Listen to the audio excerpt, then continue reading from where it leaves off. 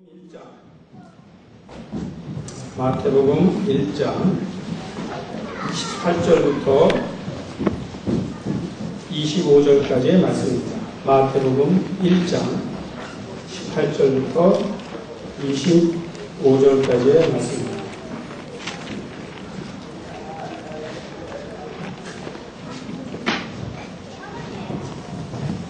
마태복음 1장 18절에서 25절까지의 말씀입니다. 자, 찾으셨으면 제가 봉독해 드립니다.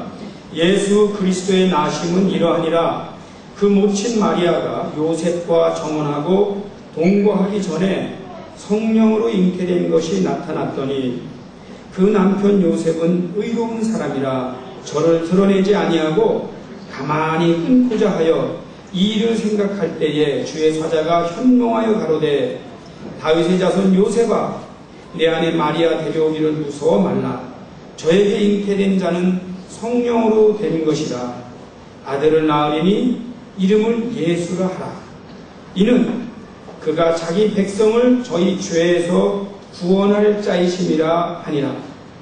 이 모든 일에 된 것은 주께서 선지자로 하신 말씀을 이루려 하심이니 가라사대 보라 처녀가 잉태하여 아들을 낳을 것이요 그 이름은 임마누엘이라 하리라 하셨으니 이를 번역한즉 하나님이 우리와 함께 계시다 함이라. 요셉이 잠을 깨어 일어나서 주의 사자의 분부대로 행하여 그 아내를 데려왔으나 아들을 낳기까지 동침치 아니하더니 나음의 이름을 예수라 하니라. 아멘.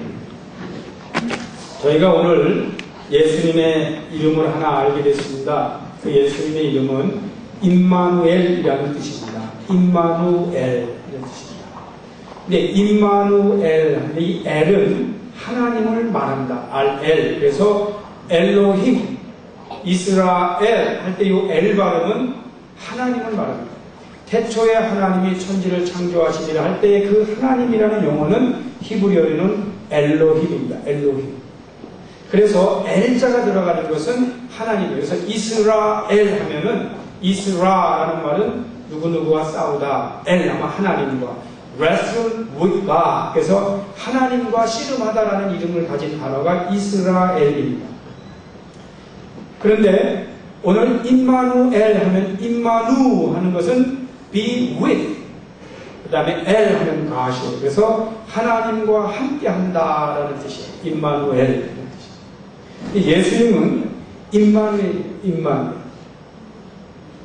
예수님께서 이 땅에 오신 목적을 오늘 이 본문 말씀에 두 가지로 분명하게 표현하고 있는데 죄에서 구원한다라는 말씀.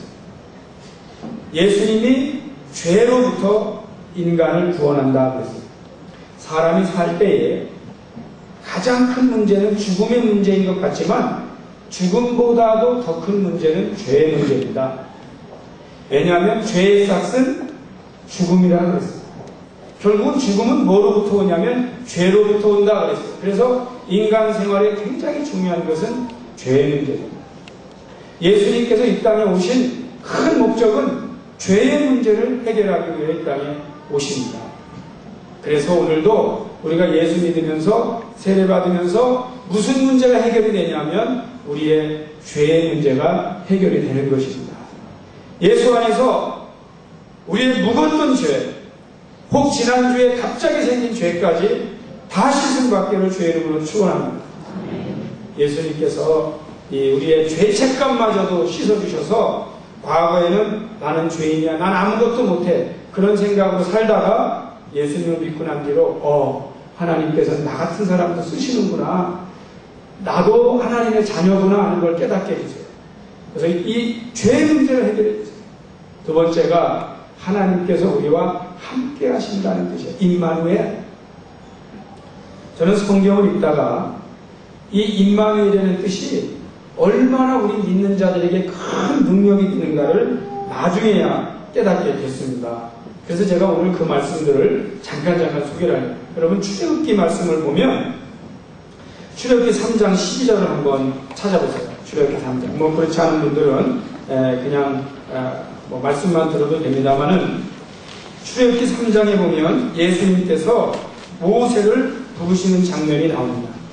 10절에 보면은 내가 너를 바로에게 보내어 너로 내 백성이 이스라엘 자손을 애굽에서 인도하여 내게 하리라 하면서 이스라엘 그 모세를 부르는데 모세가 하나님께 뭐라고 그러냐면 내가 누구간데 바로에게 가며 이스라엘 자손을 애굽에서 인도하여 내리니까 내가 누군데 I can't do that. I'm not the person who can do that. 내가 말하는 나는 그 사람이 아닙니다. I'm a kind of weakest person. 나는 너무 약한 사람입니다. 나는 그걸 절대로 할 수 없습니다. 나는 나를 압니다. 그렇게 말합니다. I know who I am. I'm not the kind of person. 나는 그런 사람이 아닙니다. 그런데 예수님, 하나님께서 그 모세에게 결정적으로 모세의 능력이 되는 말씀을 하나 해주십니다. 그게 뭐냐면 하나님이 가라사대 내가 정녕 너와 함께 있으리라 그런 거예요. I'll be with you, Moses. 내가 너와 함께 있으리라. 여러분 이 말씀을 들은 모세가요 얼마나 힘을 얻었는지를 성경에는 구체적으로 고백하고 있지 않습니다. 나는 그 말을 듣는 순간 내가 굉장한 힘을 얻었다고 별로 구체적으로 기록하고 있지 않습니다. 그러나 성경에 보면 증거가 하나 나타나고 있어요. 이게 모세 전체에게 너무나 큰 능력이 됐다고 하는 것이 증거가 나타나는 데가 있는데 거기가 어디냐면 여호수아를 세울 때입니다. 여호수아를 세우는 장면을 우리가 한번 말씀을 통해서 보면 신명기 31장에 나옵니다. 출애굽기, 레위기, 민수기 신명기에 보면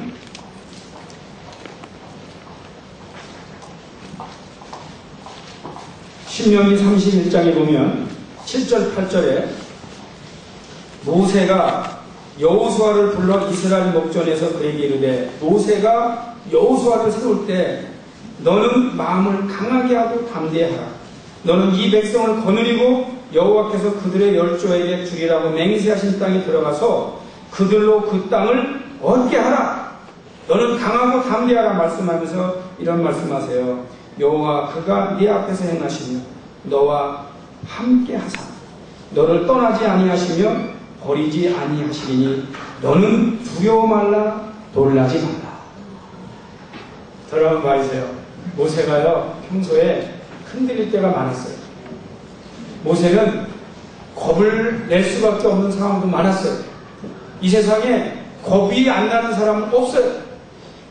그리고 엄청난 이 막중한 660만이라고 하는 이 백성을 인도하려면 60만이 내린 누우면 살아날 사람 별로 없습니다. 그럴 때마다 모세가 60만이 나와 함께하기 때문에 힘을 얻은 게 아니에요. 모세에게 가장 큰 힘은 하나님께서 나와 함께 하신다. 하나님께서 내가 처음에 못한다고 할 때 나에게 약속하셨어요. 내가 너와 함께 하리라. God promised I'll be with you when God called me. God promised I'll be with you. 내가 너와 함께 하리라. 그 약속을 그때는 그렇게 중요하게 여기지 않았어요. 그런데 날이 갈수록 하나님이 나와 함께 하시지. 이게요 모세 삶의 전체 능력이 됐던 거예요. 그런데 여호수아를 세우려고 보니까 여호수아가 흔들리는 거예요. 여호수아가 떨려 있는 거예요. 자신이 없다고 그러는 거예요. 여호수아에게 모세가 딱 한마디 합니다. 하나님이 너와 함께 하시지. 여러분 이게 여호수아에게 큰 능력이 됐어요. 그래서 여호수아에게 뭐라고 말하면 강하고 담대하라. 너는 놀라지 말라. 왜냐하면 하나님이 너와 함께 하십니다. 그런데 여기에다가 몇 가지를 첨가합니다. 그게 뭐냐면 하나님께서 너보다 먼저 행하신다. 그런 말씀입니다. 모세가 살아봤더니 하나님이 나와 함께 하실 뿐만 아니라 이미 하나님께서 정리해 주시는 것을 많이 체험한 겁니다. 그 뒤로는 하나님이 나와 함께 하실 뿐만 아니라 미리 일어나시고 그걸 아는 거예요. 또 한 가지로는 하나님이 너를 절대로 버리지 않을 것이다. 왜 그렇죠? 모세가 가끔 느꼈어요. 하나님은 나를 버리신 것 같아. 왜 나를 필요하지 않지? 이렇게 중요한 순간에 왜 나에 대해서 하나님이 관심 보이지 않지? 그런 순간에도 어김없이 하나님은 그를 돌보셨고 보호하셨어요.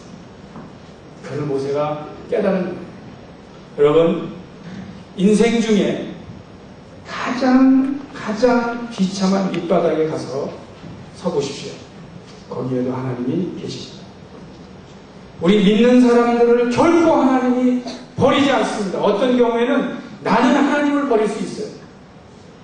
어떤 경우에는 나는 intentionally I can ignore the presence of God. 하나님을 나는 부정할 수 있어요. 그러나 어느 순간에 다시 깨닫는데 하나님은 나를 절대, 그러니까 never let me alone. 나를 절대로 떠나지 않으셨어요.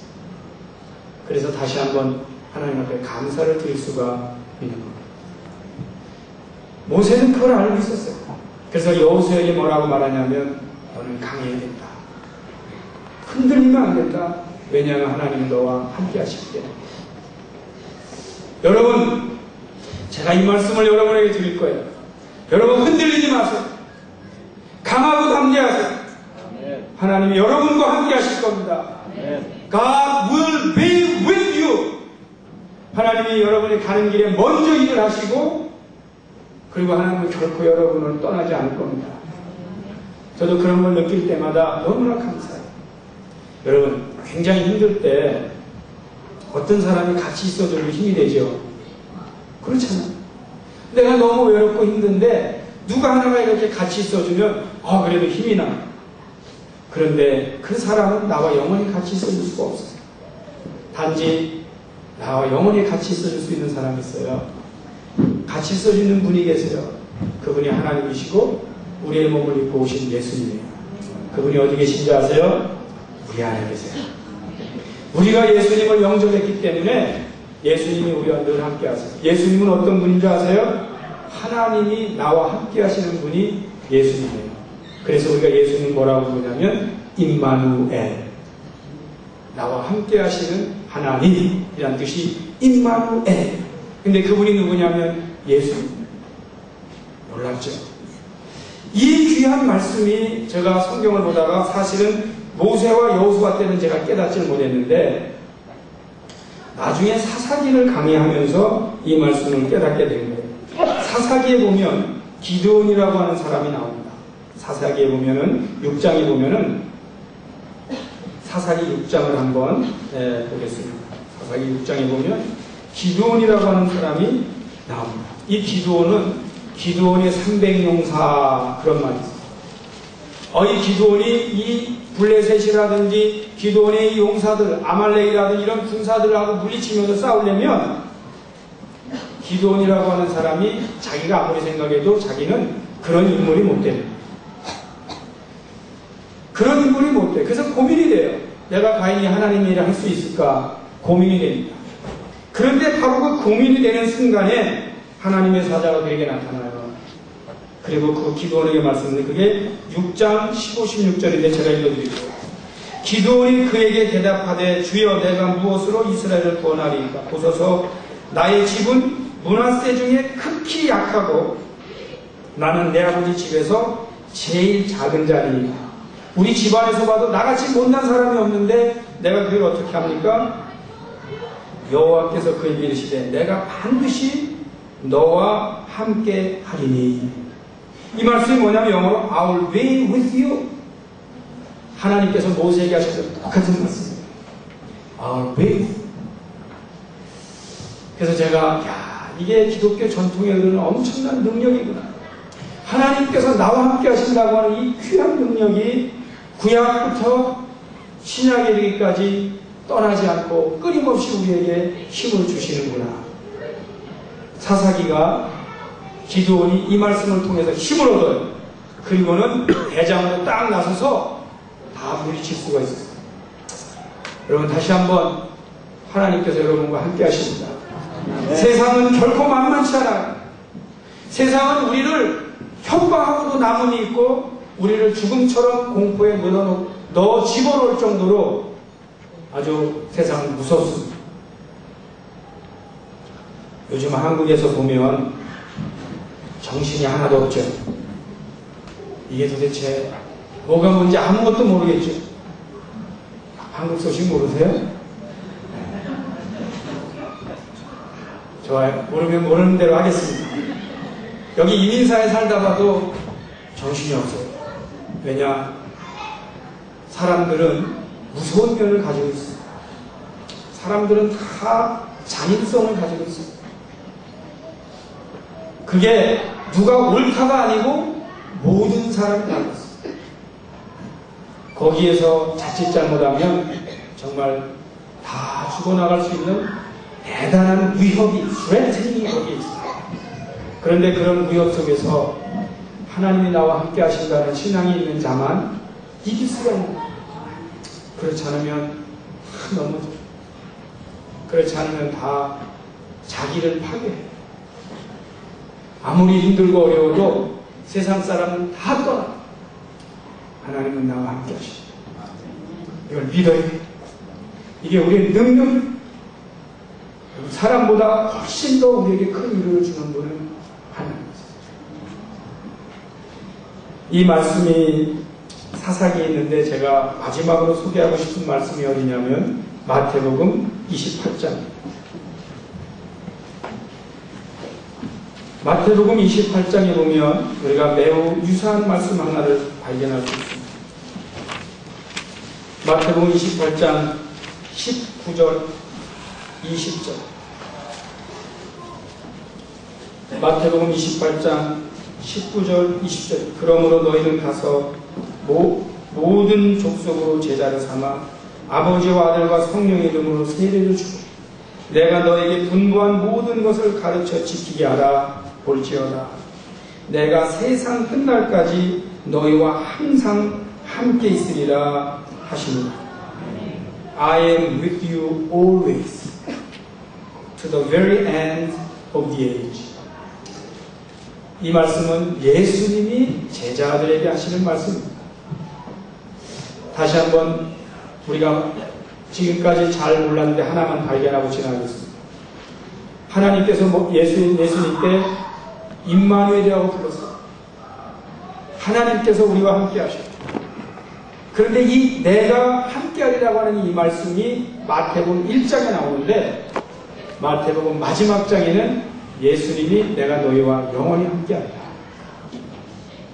하나님의 약속이 1장부터 28장까지 그리고 사실은 28장에서 제자들을 파송하는 이 장면과 예수님이 탄생하는 장면은 같은 겁니다.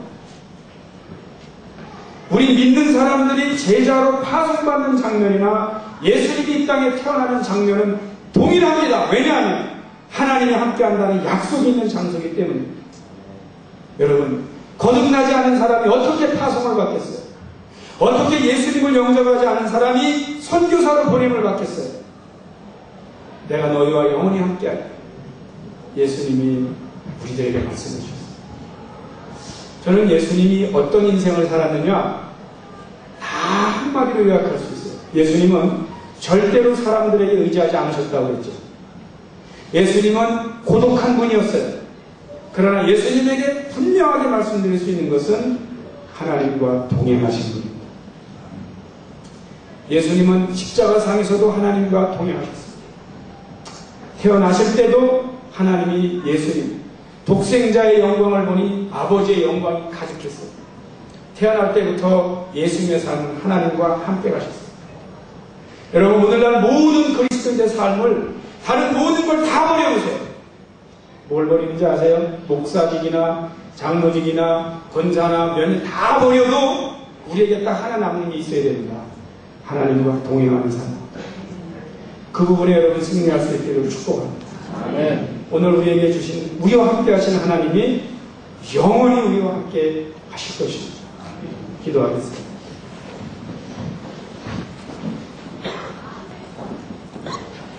하나님, 지금도 이 시간 바로 이곳에 우리와 함께 하시는 하나님, 각자의 마음속에 지금도 계신 하나님, 감사를 드립니다. 하나님께서 내가 너희를 영원히 떠나지 않으리라 말씀하신 그 약속처럼 우리도 영원히 주님을 떠나지 않게 하옵소서. 우리가 힘들고 어려울 때를 주께서 아십니다.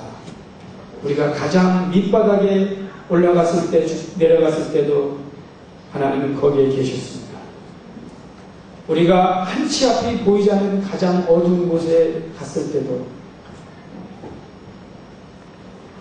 하나님은 거기에 계셨습니다. 모든 엉뚱한 사람도 나에게 관심을 갖지 않고 나와 함께 있지 않을 때도